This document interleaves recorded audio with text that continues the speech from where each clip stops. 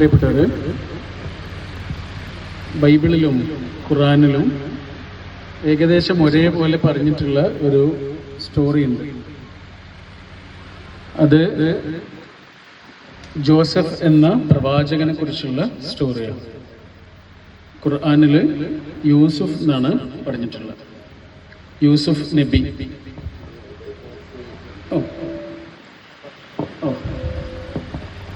അദ്ദേഹത്തിൻ്റെ ചരിത്രം പറയുമ്പോൾ അത്ര സുഖകരമല്ലാത്ത കുട്ടിക്കാലമായിരുന്നു. കാരണം അദ്ദേഹത്തിന് കുറേ ഇക്കാക്കന്മാരുണ്ടായിരുന്നു. ആ ഇക്കാക്കന്മാർക്ക് അദ്ദേഹത്തോട് ഒരു അസൂയ ഉണ്ടാവുന്നു. ആ അസൂയ കടുത്ത അസൂയായിട്ട് മാറുന്നു. ആട് മേയ്ക്കാൻ പോകുന്ന സമയത്ത് ഈ കുട്ടിയെ കൊണ്ടുപോയി ഒരു പൊട്ടക്കിണറ്റിലേക്ക് വലിച്ചെറിഞ്ഞു. എന്നിട്ട് ഒരു ആടിനെ അറുത്ത് അതിൻ്റെ ചോര ഈ കുട്ടിയുടെ കുപ്പായത്തിൽ തേച്ചിട്ട് വാപ്പയോട് വന്ന് പറഞ്ഞു, നമ്മുടെ കുട്ടിയെ ചെന്നായ പിടിച്ചു. കുട്ടി പിന്നീട് രക്ഷപ്പെടുന്നു. ഈജിപ്തിലെ വലിയ മന്ത്രിയൊക്കെ ആകുന്നതാണ് ആ ചരിത്രത്തിൻ്റെ ബാക്കി. പക്ഷേ ഈ മക്കൾ വന്നിട്ട് വാപ്പയോട് പറഞ്ഞത് എന്താ? നമ്മുടെ കുട്ടിയെ ചെന്നായ പിടിച്ച് കൊന്നുകളഞ്ഞു അല്ലെ?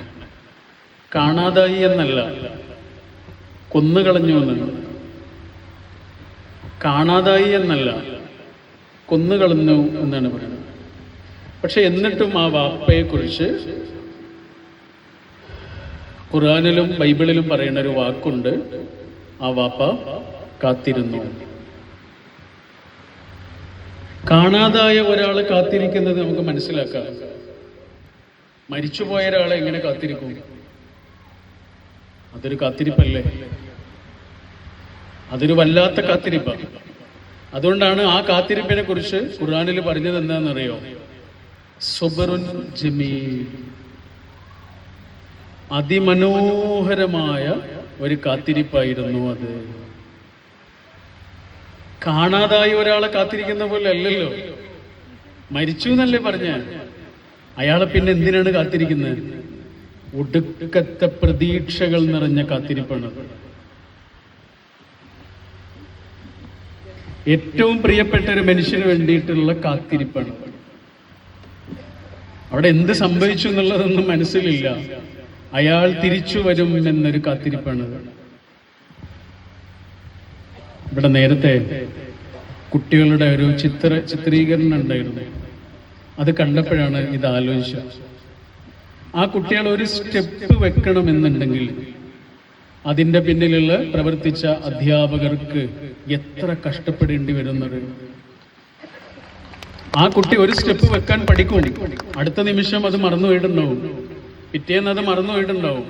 എത്ര കഷ്ടപ്പെട്ടായിരിക്കും അവര് ആ കുട്ടികളെ, ഓരോ കുട്ടികളെയും ആ ചിത്രീകരണം മുഴുവനും പഠിപ്പിച്ചെടുത്തിട്ടുണ്ടാവുക.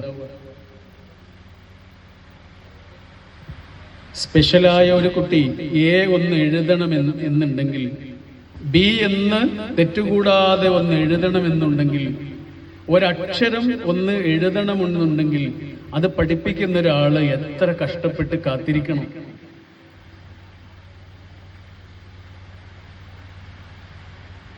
മൊയ്സ എന്ന ഒരു തുർക്കി സിനിമയുണ്ട്. ദ മിറക്കിൾ എന്നാണ് അതിൻ്റെ ഇംഗ്ലീഷിൽ പേര്.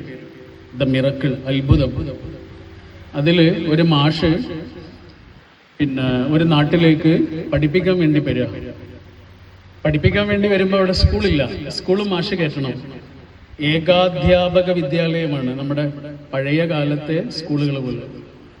ഈ മാഷ് ആ നാട്ടിൽ വന്നിട്ട്, ചെറിയൊരു ഗ്രാമമാണ്, ആ നാട്ടിൽ വന്നിട്ട് ഒരു സ്കൂളാണ് ആദ്യം കയറ്റുന്നത്. സ്കൂൾ കയറ്റിയിട്ട് അദ്ദേഹം ചെയ്യേണ്ടത് എന്താ? അവിടെയുള്ള കുട്ടികളെ പഠിപ്പിക്കണം. ആ ജോലിയാ ചെയ്യുന്നത്. പക്ഷെ ആ ജോലിയുടെ കൂടെ അദ്ദേഹം വേറൊരു കാര്യം കൂടി ചെയ്യുന്നുണ്ട്. അതെന്താണെന്നറിയോ? ആ നാട്ടില് സ്പെഷ്യലായ ഒരാളുണ്ട്. സ്പെഷ്യലാ. അവനൊരു കുതിരയുണ്ട്. ആ കുതിരയും കൊണ്ട് അങ്ങനെ നടക്കും. ആ കുതിരക്ക് മാത്രമാണ് അവനെ ശരിക്കും മനസ്സിലായിട്ടുള്ളത്. നാട്ടുകാരൊക്കെ പലരും അവനെ പരിഹസിക്കുകയൊക്കെ ചെയ്യുക. അവനെ കളിയാക്കുകയൊക്കെയാണ് ചെയ്യുക. പക്ഷെ ഈ മാഷ് മാത്രം അവനെ വേണ്ടതുപോലെ ശ്രദ്ധിച്ചു.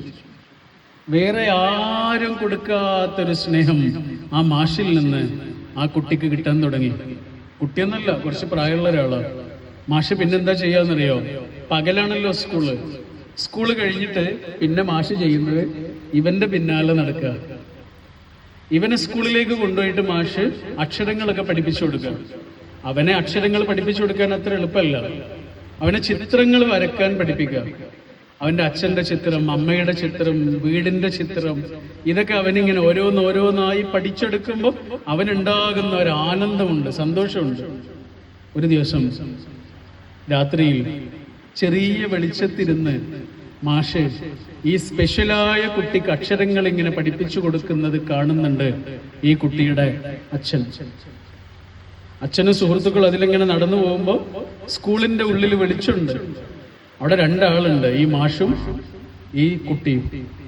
ആ മാഷിന്റെ നേരെ ഇങ്ങനെ ചൂണ്ടിയിട്ട് ഈ അച്ഛൻ പറയുന്ന ഒരു വാക്കുണ്ട്.